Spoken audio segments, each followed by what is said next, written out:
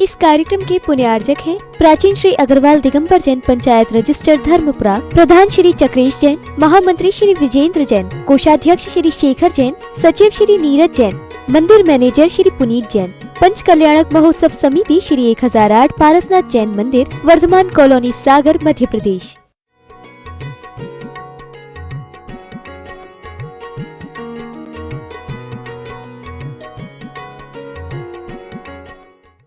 ये कैसे है? मुख चंद्र ते अमृत झरे वाली बात हो रही है। मुक्ता मोती सी लगती आपके मुख से निकली शब्द पंक्तियां ये। लक्षणा का उपयोग प्रयोग विलक्षण है। यह बहुत किसी के द्वारा लक्षणा विशेष है, उसकी आपने जो ऐसा कहा ये लक्षणा ही मुझे विशेष है और उपयोग और प्रयोग विलक्षण है।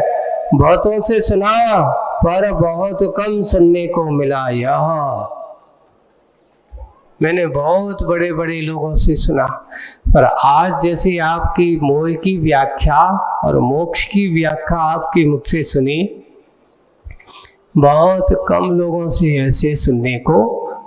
एक पर से प्रभावित हो सो उसका नाम मोह है, और एक श्वास से प्रभावित हो सो उसका नाम है मोक्ष है।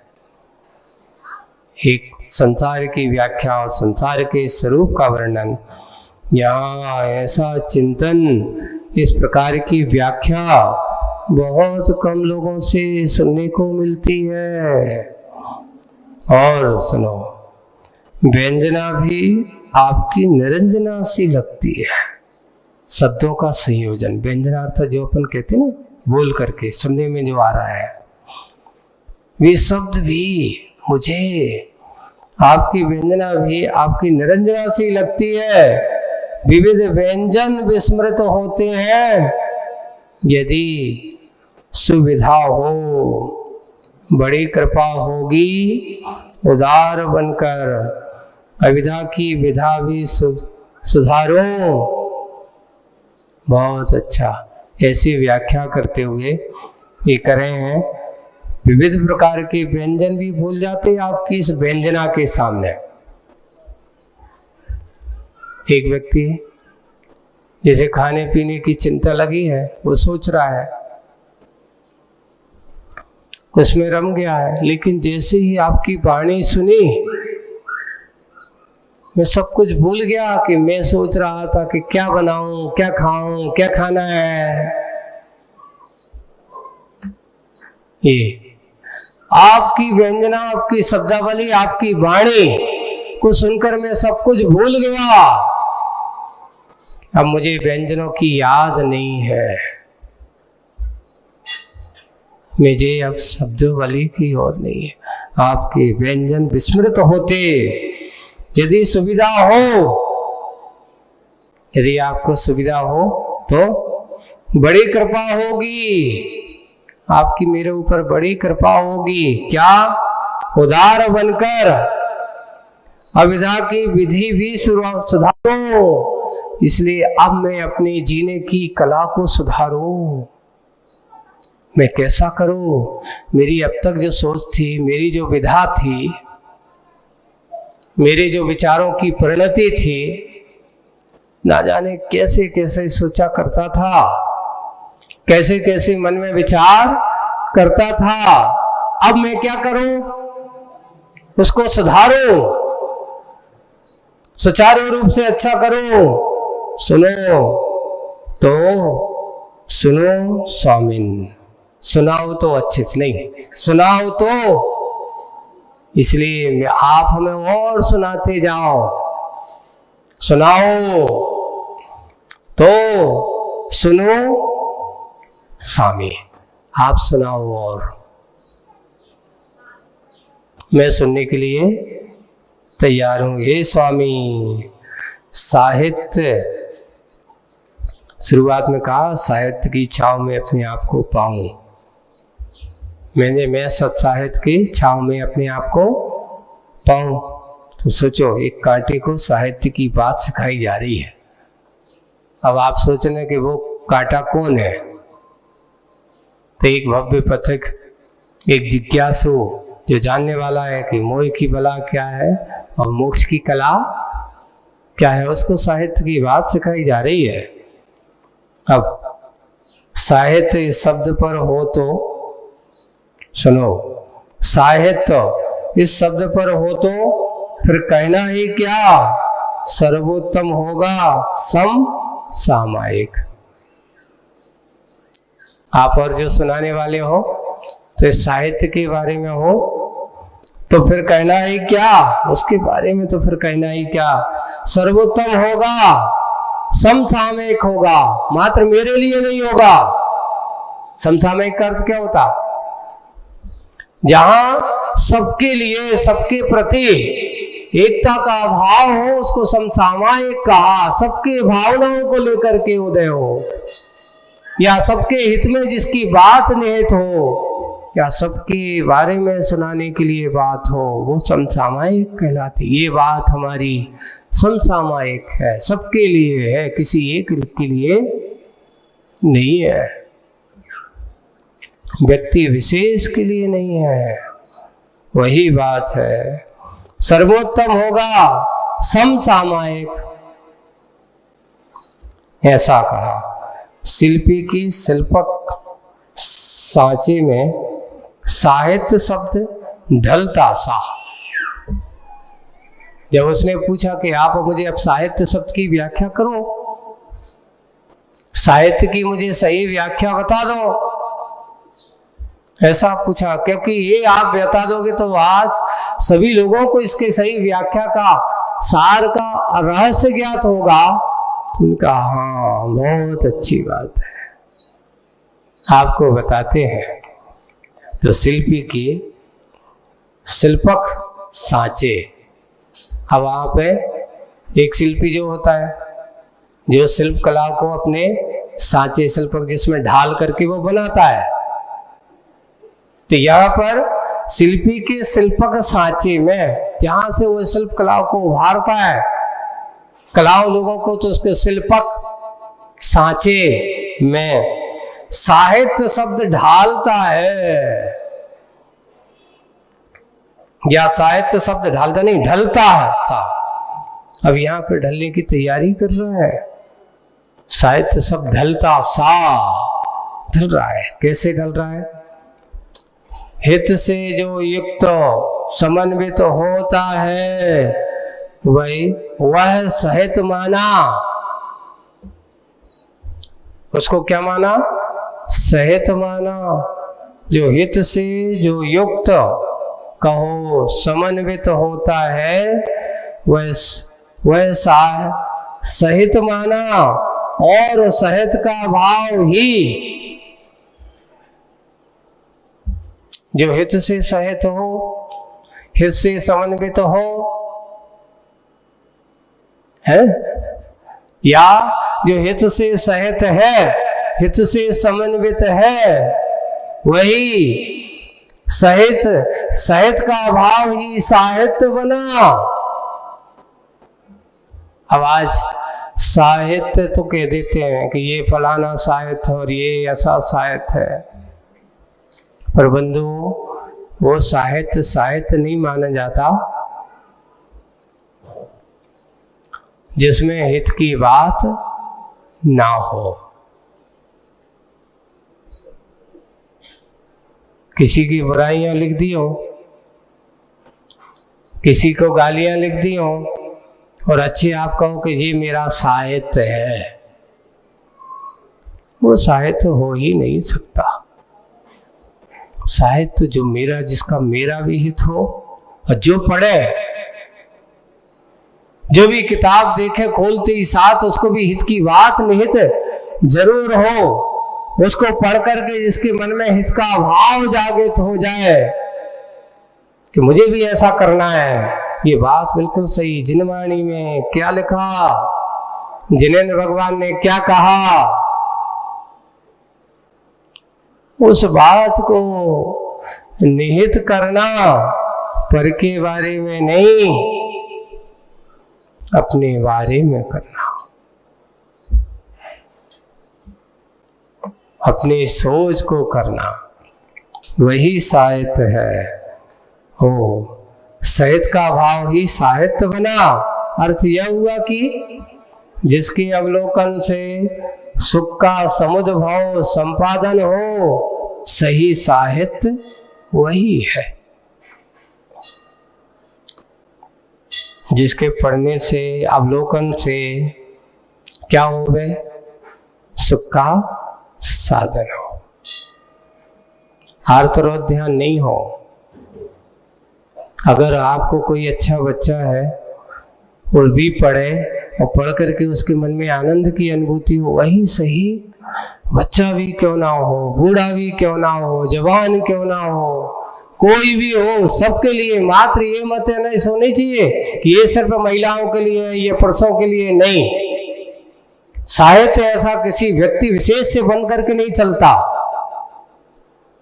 साहित्य और साहित्यकार जो होते हैं, उनकी सोच सबको समसामयिक बन करके होती है, तब वो लिखता है। कवि का हृदय हो, कवि की पंक्तियां हो, वो कभी एक व्यक्ति विशेष को लेकर के नहीं लिखा करता। जिनवाणी अब आपके भगवान की वाणी है, हमारे भगवान की वाणी है। कभी उन्होंने कहा कि भाई ये ग्रंथ है, ये भगवान का वाणी है, ये मात्र किसके लिए है? पुरुषों के लिए, सभी जीवों के लिए है। बस अंतर इतना है कि समझने वाला चाहिए। हर वाणी को समझने की पात्रता भी चाहिए। अगर आपके पास पात्रता नहीं है तो आप उस वाणी को झेल भी नहीं सकते हो।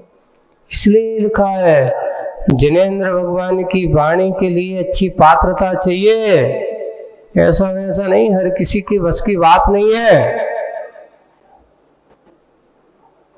अब आप क्या करेंगे महाराज? शुरुआत कैसे करें, कैसे समझें? धीरे धीरे। एक बात ध्यान रखना, बहुत अच्छी बात कही थी कि कोई कितना भी हिंसक जानवर क्यों ना हो, उसका पालन पोषण तो उसकी माँ के दूध से ही होता है। देखो, सिंह भी, उसका बच्चा जो है, शुरुआत हिंसक है, स्वयं हिंसा करना उसका उद्देश्य है, दूसरों को मार करके खाता है। लेकिन जब उसको बच्चा होता है, वो बच्चा जब पालन पोषण करता है तो क्या किसी को मार करके नहीं, उनका लालन पोषण तो उसको एक अहिंसक वृत्ति से ही शुरुआत होती है, हिंसक जानवर की भी। ऐसे भी जो प्राणी होते हैं, वे माँ के दूध को पिलाते हैं और धीरे धीरे जब बड़ा होता है, फिर बाद में उसको कैसे अपना भरण पोषण करना है, उनको शिकार करना सिखाते हैं। ऐसे ही साहित्य में शुरुआत में जिनवाणी में जो बात होती ना, बच्चों को वहाँ छोटे छोटे से थोड़ा सा पढ़ा करके बच्चों को पाठशाला पर लाते हैं, जिनवाणी के रहस्य बताते हैं। और एक बार उसको पता चल जाता तो धीरे धीरे और अंदर उसके अंदर जिज्ञासा बढ़ती चली जाती, इसका अर्थ क्या है, इसका अर्थ क्या है।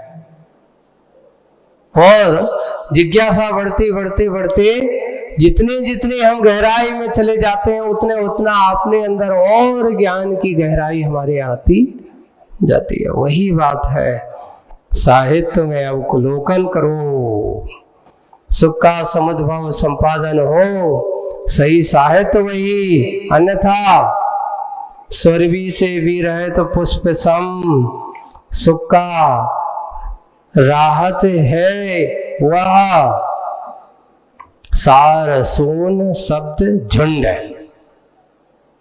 ऐसा शब्द दिया है। राहित कर तो उससे रहत है, साहित्य नहीं है वो, है ना। वो क्या है? मात्र क्या है? सुरभि से, जैसे कागज का फूल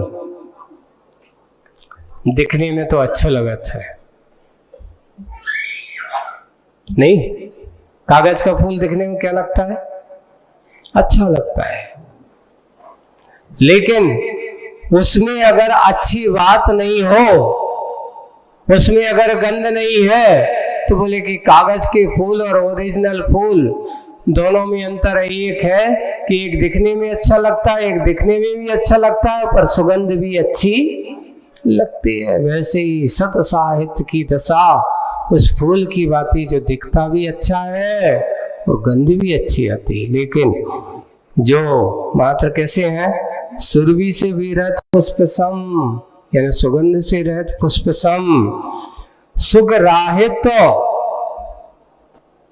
सुख से कैसे है, रहित है, वह सार शून्य है। लिख तो दिया, क्योंकि उससे कोई सार मिलने वाला, और मात्र क्या है, वो शब्दों का झुंड है, समूह है। अब आप कहेंगे देखो, एक व्यक्ति जंगल में गया, हाँ, और जंगल में जाने के बाद जा रहा है, अब उसमें देख रहा है कि उसकी काम की लकड़ी कितनी है और बेकाम की कितनी है। जंगल में जाने के बाद बताओ, बिना काम की लकड़ी काटता है कि काम की लकड़ी काटता है? सारभूत। वो मैं आया हूं फालतू से इधर उधर के में झाड़ियों में मेहनत करने से कोई फायदा नहीं है। इसमें अपने आप का समय बर्बाद करना ठीक नहीं है। वो तो ये सोचता है कि मेरे काम का क्या है, उसको अपने आप के लिए उसमें लगता है, वो काम की चीज निकालने की कोशिश करता है। जिसके अंदर साहित्य के प्रति लगाव होता है, सच्ची आगम के प्रति लगाव होता है, जनवाणी के प्रति लगाव होता है, वो कहता है दुनिया से मुझे कोई लेना देना नहीं। जहाँ उसको धर्म ध्यान का कारण मिले वहाँ वहाँ रमता है। और बाकी फिर कहता है अरे भैया राग द्वेष की कथाओं में कुछ नहीं रखा। जहाँ बैठ जाओ दुनिया की बात सुनाने वाले 50 मिल जाएंगे, लेकिन सारभूत बात को सुनाने वाले बिरले ही मिलते हैं। राग द्वेष की कथा करने वाले तो गली कोचे पर खड़े हो जाओ, 50 लोग मिल जाएंगे, पर जनवाणी की सारे असत साहित्य का सार बताने वाले लोग बिरले ही मिलते हैं। वही बात है, शब्द संतों का ये सारा का सारा क्या है, झुंड है। इसे यूं भी कहा जा सकता है कि शांति श्वास लेता है, शांति की श्वास लेता है। ऐसा यूं कहा जाता है कि शांति का श्वास लेता है। सार्थक जीवन ही सर्जक शाश्वत साहित्य का, जो सही साहित्य को समझता है, साहित्य को अपने जीवन का आधार बनाता है, वही व्यक्ति शांति से श्वास लेता है। इसी साहित्य को आंखें भी पढ़ सकती है, कान भी सुन सकते हैं, इसकी सेवा हाथ भी कर सकते हैं। यही साहित्य जीवंत है ना, ऐसा वही साहित्य जीवंत है, जयवंत है। इस बार अब आगे की बात, साहित्य की बात सुनने के बाद कांटे के मन में और भी बात आएगी, और उसके माथे पर क्या प्रभाव पड़ा है, उसके विचारों पर क्या प्रभाव पड़ा, आगे पढ़ेंगे। आज का समय अपना पूरा हुआ, आज बस इतना ही। बोलिए परम पूज्य आचार्य गुरुवर श्री विद्यासागर जी महाराज।